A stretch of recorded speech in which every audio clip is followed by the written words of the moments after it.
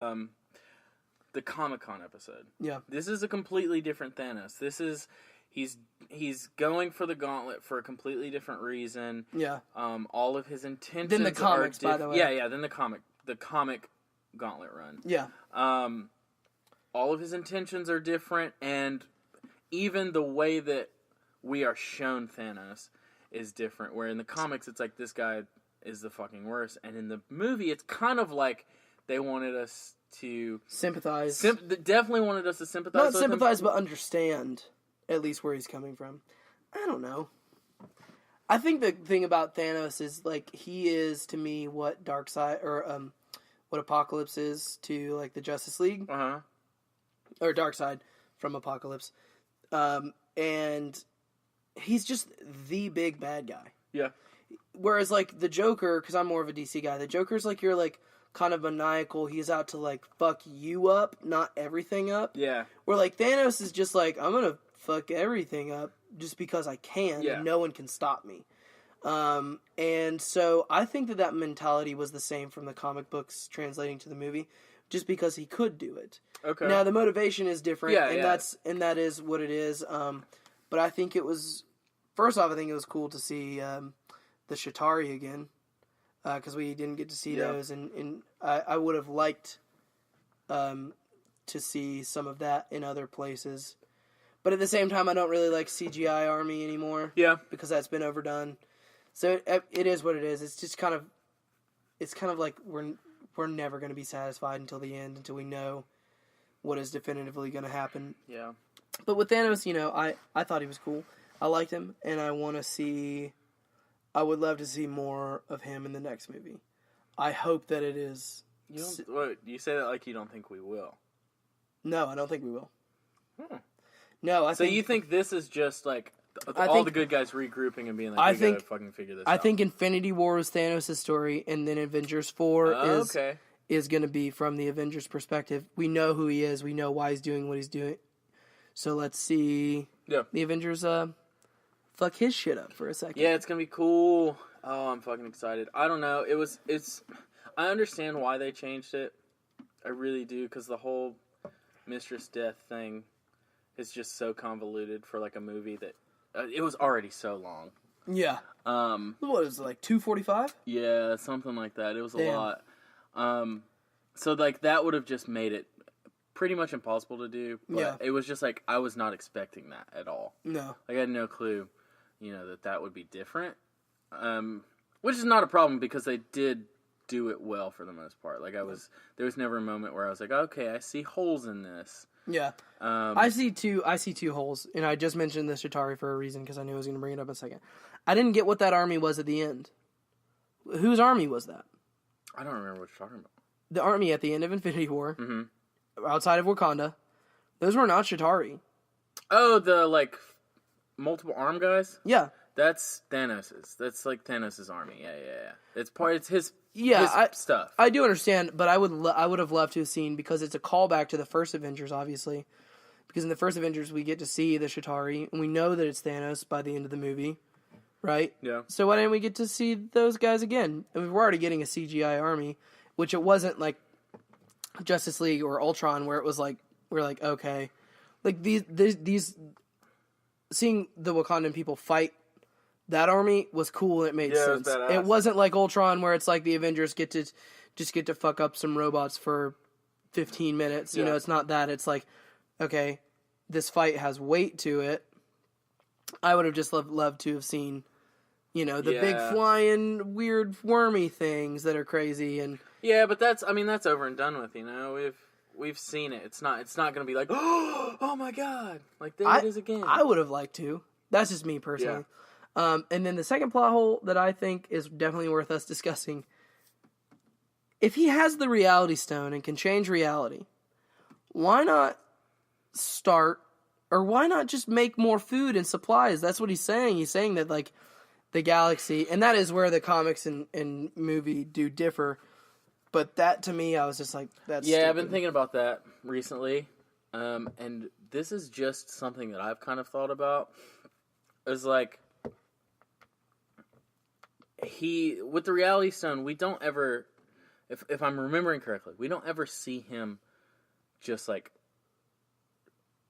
completely change reality. He's just kind of rearranging it. You know what I'm saying? Like he's not just creating and destroying stuff. He's just changing the reality that is perceived and like, you know, does that make sense? Well, I mean, I don't know. He turned Star-Lord's laser beams into bubbles. There's two totally different things. He didn't like create anything. He just changed it. So if I could turn a rock into a burger. Well, I mean, there you go. You got me there. You know, that's what I'm saying. Yeah, where it's like, you know, like if we're changing, like I get it. Like if I'm looking at this blanket here. If I wanted to turn that into a carpet, that's not a far off difference. Yeah. It's like the same size and kind of the same thing. I get that. I don't know. But I mean, like every good movie has its plot hole. Yeah, but also, he's still evil. Yeah. Like he doesn't. I'm not gonna say that he really relatively like. What? He doesn't give a fuck. He wants to kill people. Yeah. Still. Yeah. So I guess that's the one thing to the plot hole. It's just like if you're pretending that you're being benevolent, then that seems dumb. Yeah. But if you were just maniacal and didn't explain why you're doing what you're doing, then I would get it. For sure. So I don't know.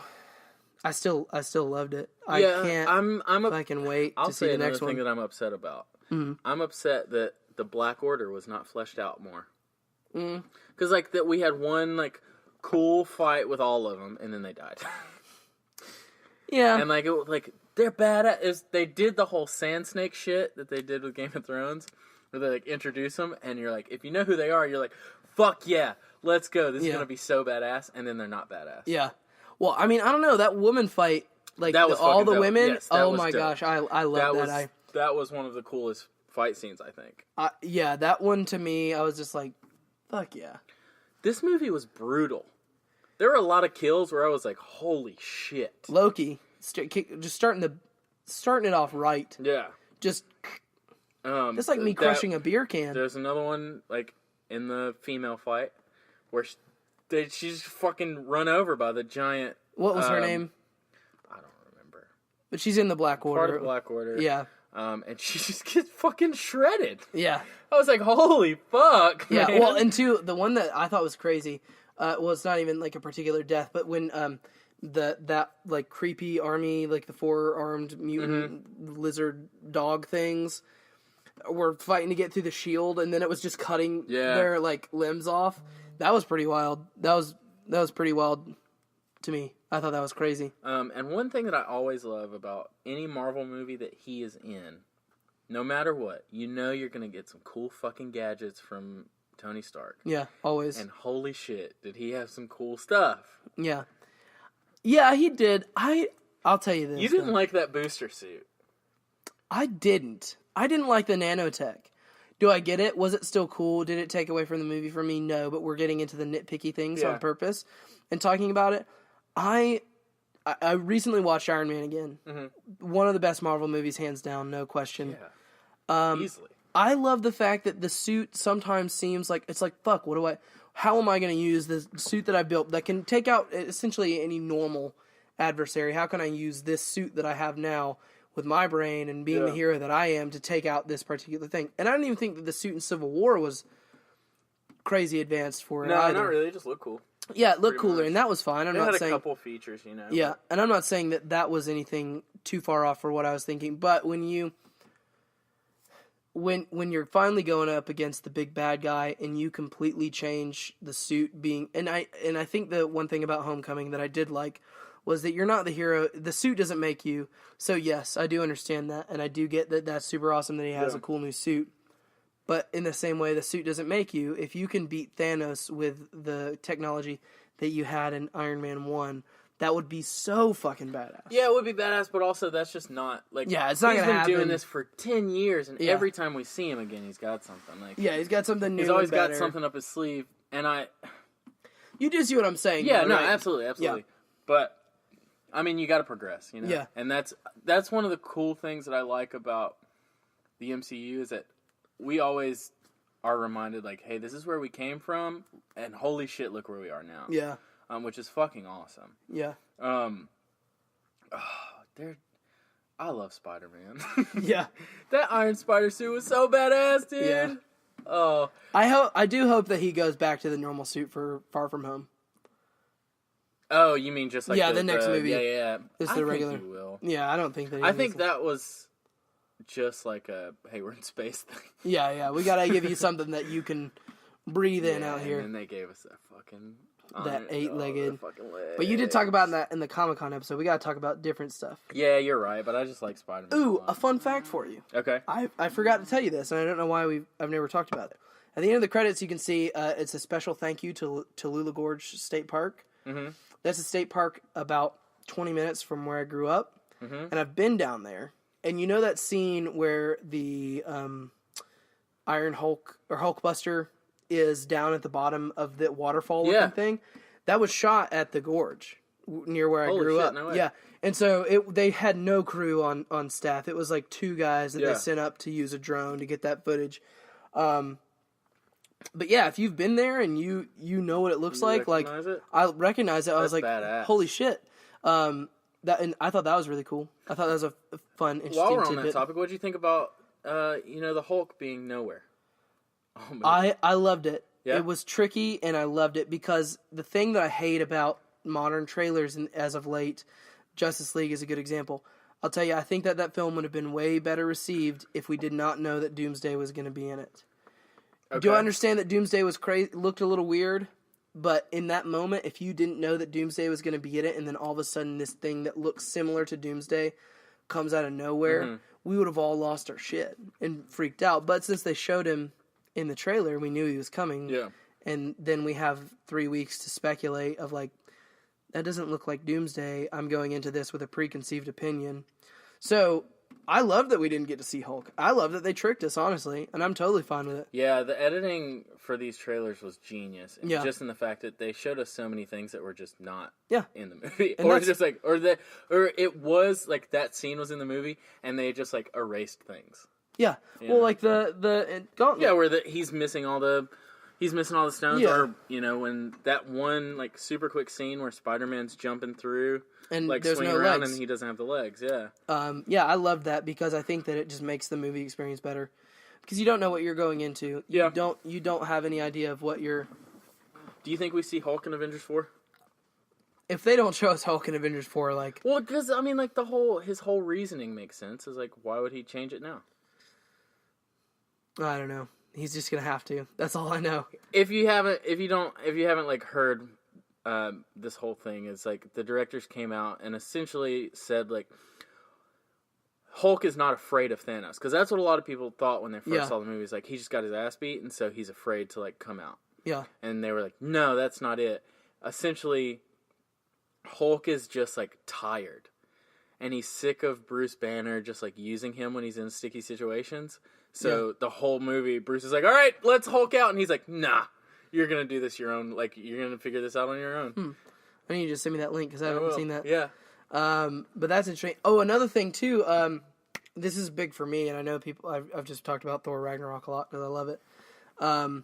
But one of the cool characters in Ragnarok, his name was Korg. Big rock guy. That's what I thought you were going to... Super funny. Is voiced by Taika Waititi. And... They did an interview, the Russo brothers, and they said, who's still around, who survived the whatever. And some of them, they said spoilers because they didn't want to let anybody know. And Korg was one of them, and I'm so excited. Okay. Jane Foster, I think, survived it. I think she, not that we'll see her again, but just, they were asking about characters who we probably won't see again. Yeah. But Korg is a spoiler, so I think we're going to cool. get... some more of him, which I'm excited for. Hopefully in the next one. Yeah. I'm just very interested to see... I just have no fucking clue what's going to happen in Avengers 4. Yeah, they've not a clue. I know that Captain Marvel's in it. And that's about all I can tell you. I know that Captain Marvel is going to beat Thanos. And I'm pretty sure we're getting Ronan. Really? Yeah. The Accuser? I'm almost... No. Ronan as in new Hawkeye. Oh. Yeah, he essentially... Here's what I think is going to happen. So, Thanos snapped, and Hawkeye's family died. Because, he's trying to be this, like, family guy now. He's not... He's, like, retiring. Yeah. his family dies. Yep. And so Ronan essentially